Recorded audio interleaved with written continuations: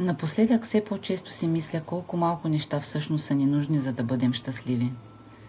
Живях във фургона няколко дни, без ограда, без нощно осветление, с желанието да преборя някои свои страхове. Далеч от натоварения път, далеч от шумните тълпи, от суетата и от всички онези удобства, които приемаме за даденост.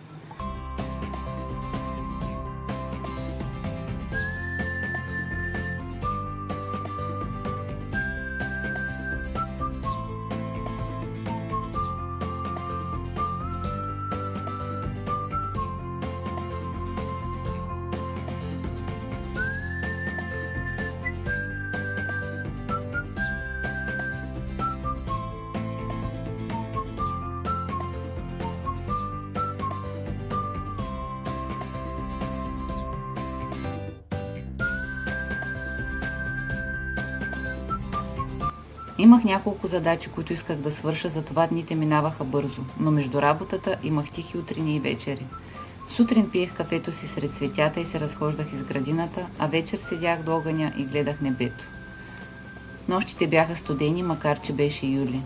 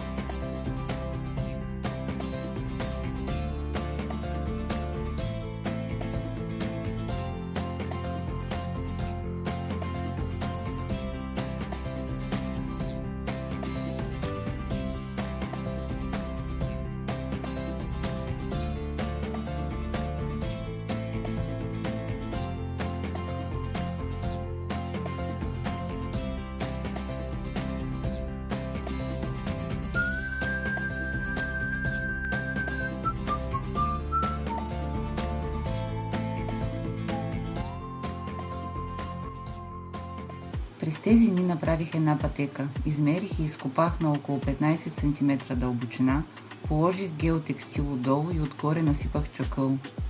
От двете и страни направих дупки за растения, напълних ги с почва и ги подхраних с косно брашно. Засадих руска салвия и стипа, декоративна трева, която много харесах.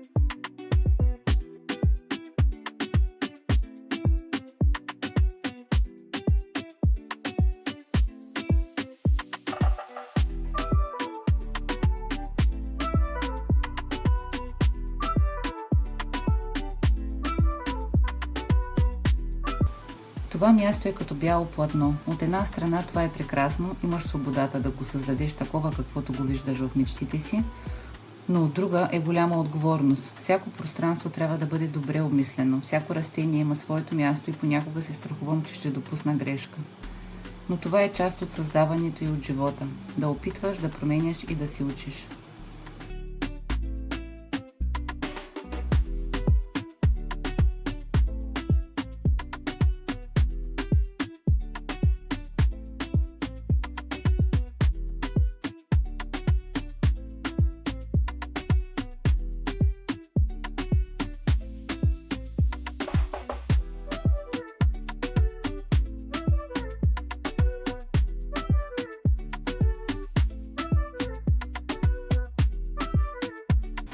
Сега оставям времето да свърши своята работа и стискам палци да се чувстват добре там, да пораснат и да направят пътеката още по-красива. За сега тя изглежда недовършена, няма начало и край, просто стои в пространството, но ще я продължа. А докато правих пътеката се захванах из фургона. Исках да го боядисам отвън, изшкурих го измийко, обработих местата с ръжда, с спрей и накрая го боядисах. Процесът обаче съм заснела само в началото, защото в един момент просто оставих камерата и се потопих в работата.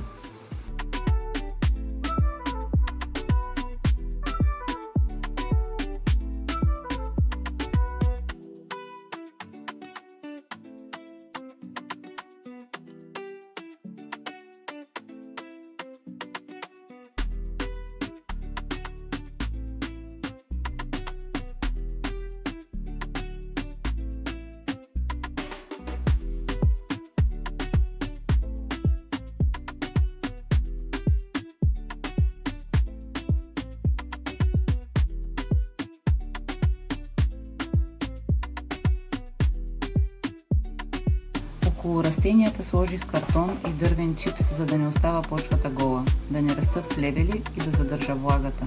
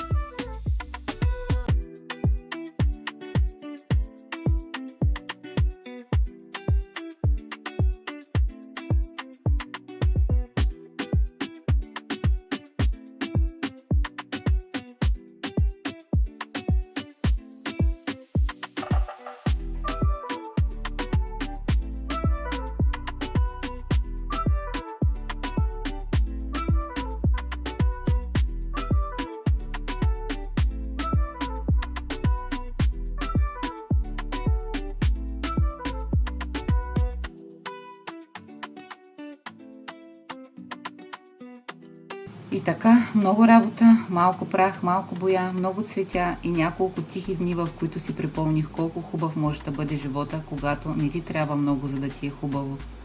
И май точно това ми харесва най-много тук.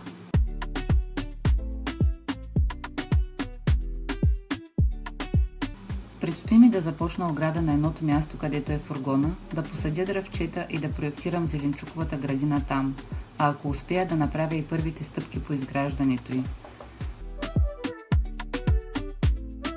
Ако това, което създавам тук ви е интересно, ще се радвам да се абонирате за канала и да продължим заедно по този път.